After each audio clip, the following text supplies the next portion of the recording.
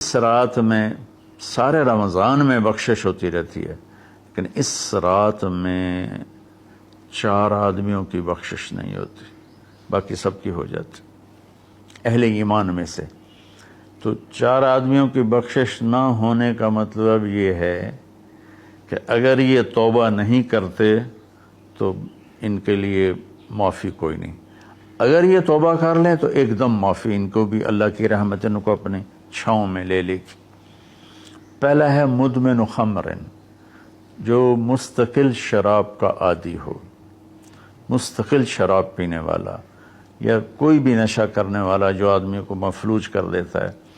تو اس وقت میں نشہ خمر شرابی تھا، اب تو ہیروئن اور کوکین اور کیا کیا وہ ٹیبلٹس بھی ایسی آ گئی ہیں، ایک ٹیبلٹ 5-5 ہزار کی ہے، اور ہمارے کالج سکول کے بچے بچیاں اس میں بالکل 16-17 سال کی عمر میں اس میں پھنسے ہوئے ہیں۔ تو مدمن خمرن، شراب پینے والے کی بخشش نہیں ہوتی۔ دوسرا کون ہے؟ عاق لوالدیہ، یہ عجب لفظ ہے، عاق۔ عاق عقا یعقو ہے، اس کا مطلب ہوتا ہے پھاڑ دینا، ٹکڑے ٹکڑے کر دینا۔ تو اس سے مراد وہ اولاد ہے جو مسلسل نافرمانی کر کے ماں باپ کے دل کو توڑ دیتی ہے اور چیر دیتی ہے۔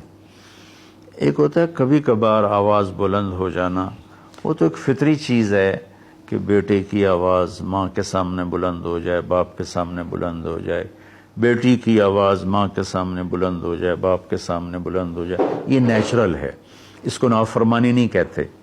یہ ایک وقتی طور پر ہوتا ہے، پیچھے وہ ان کو پھر بیٹے کو خیال آتا ہے تو وہ معافی مانگتا ہے جا کے، بیٹی کو خیال آتا ہے وہ معافی مانگتی ہے جا کے ماں سے، تو ان کو نافرمان نہیں کہتے۔ عاق وہ مرد، وہ عورت، وہ لڑکا، وہ لڑکی جو اپنے باپ اور ماں کے دل کے ٹکڑے ٹکڑے کر دے۔ آپ سے پوچھا گیا تھا یا رسول اللہ قیامت کب آئے گی؟ آپ نے فرمایا اللہ کے سوا کوئی نہیں جانتا۔ آپ نے فرمایا تو کوئی نشانی؟ تو وہ پوچھنے والے نے عرض کیا یا رسول اللہ کوئی نشانی بتا دیں، تو آپ نے فرمایا جب تم یہ دیکھو کہ بیٹیاں ماؤں سے نوکروں جیسا سلوک کریں، یا خاص طور پر بیٹی کا لفظ استعمال کیا، بیٹے کا نہیں، کہ بیٹے عام طور پر ہی سرکش ہوتے ہیں، بیٹیاں عام طور پر فرمانبردار ہوتی ہیں۔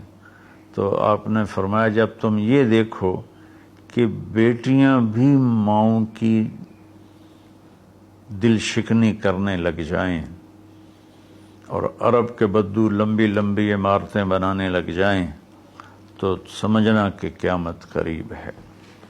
تو میں یہ بچیوں سے خاص طور پر کہتا ہوں کہ یہاں اللہ کے نبی نے بیٹوں کا ذکر نہیں کیا، بیٹیوں کا ذکر کیا ہے، کہ جب یہاں تک نوبت پہنچ جائے کہ بیٹیاں بھی ماؤں کے ساتھ نوکروں جیسا سلوک کریں تو پھر قیامت قریب ہے۔ تو یہ بہت کامن ہو چکا ہے ہمارے گھروں میں، کیونکہ اس موبائل نے اور یہ کمپیوٹر نے، انٹرنیٹ نے ہماری ساری زندگی اس کے اندر کھپا دی ہے۔ ہمیں رشتوں کا لحاظ نہیں، رشتوں کی قدر نہیں، ایک دوسرے کے پاس ادب نہیں۔ میں جب بہت چھوٹا تھا تو میں نے اپنی ایک پچھلی نسل جو اب ساری ختم ہو گئی ہے، آخری سے میرے بہنوئی وہ بھی فوت ہوئے ہیں چند دن پہلے، تو ان سب میں اپنے ماں باپ کا اتنا ادب ہوتا تھا کہ کوئی ان کے آگے چوں نہیں کرتا تھا۔ میں نے اپنے دادا کے بھائی کو دیکھا ہے، دادا کو میں نے بس ایسے حلیہ، ایسے کہ حیولہ سا ہے بھائی، یوں شکل تھی لیکن وہ یاد نہیں، دادا کے بھائی کو دیکھا ہے۔ تو دادا کے بھائی کے جو بیٹے تھے نا، جب ڈیرے میں بیٹھتے تھے تو اپنے والد کے سامنے نہیں بیٹھتے تھے، پیٹھ کے پیچھے بیٹھتے تھے، حالانکہ دین کی کوئی خبر نہیں تھی۔ یہ اس وقت کی معاشرت تھی، مشرقی معاشرت۔ اب بھی آپ جائیں تھر میں تو ہندو عورتیں ہوں گی، جب گاڑی آئے گی تو ایک دم اپنا گھونگھٹ نیچے کر لیں گی، حالانکہ ہندو عورتیں۔ یہ تہذیب مشرق ہے۔ تو اسلام تو ویسے ہی عریانی فحاشی کی اجازت نہیں دیتا۔ تو ہماری تو مشرقی تہذیب بھی اس بات کی حامل ہے کہ عورت حیا کے پردے میں چھپی ہوتی، اور اللہ نے مجھے تاریخ پڑھنے کا بہت موقع دیا۔ دنیا میں یہ جو راجپوت قوم ہے یہ آرین ہے، تو جب ان کی یہ قبل مسیح آئے ہندوستان میں، عیسیٰ علیہ السلام کی آمد سے پہلے ہندوستان میں آئے، پھر یہ خونخوار تھے اور آپس میں لڑتے تھے، تو پورا ہندوستان چھوٹی چھوٹی ریاستوں میں بٹا ہوا تھا۔ کبھی کسی راجا نے 5-10 ریاستیں فتح کر لیں، ورنہ یہ اس طرح تقسیم تھا۔ تو یہ دنیا کی واحد قوم ہے،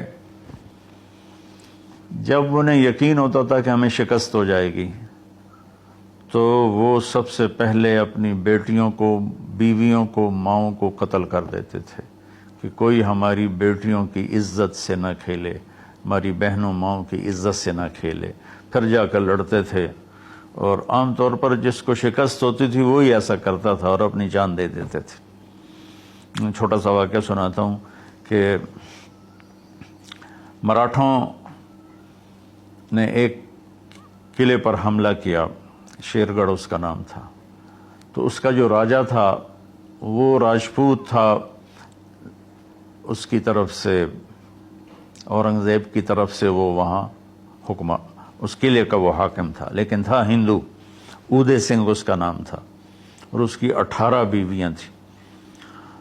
تو مراٹھوں نے اس پر حملہ کیا، تو رات کے اندھیرے میں حملہ کیا، تو سارے 5000 کی فوج تھی، ہندو مسلم کٹھے، وہ شرابیں پی کے پڑے تھے، وہ 300 آدمی اندر گئے، ان کو اکھاڑ دیا۔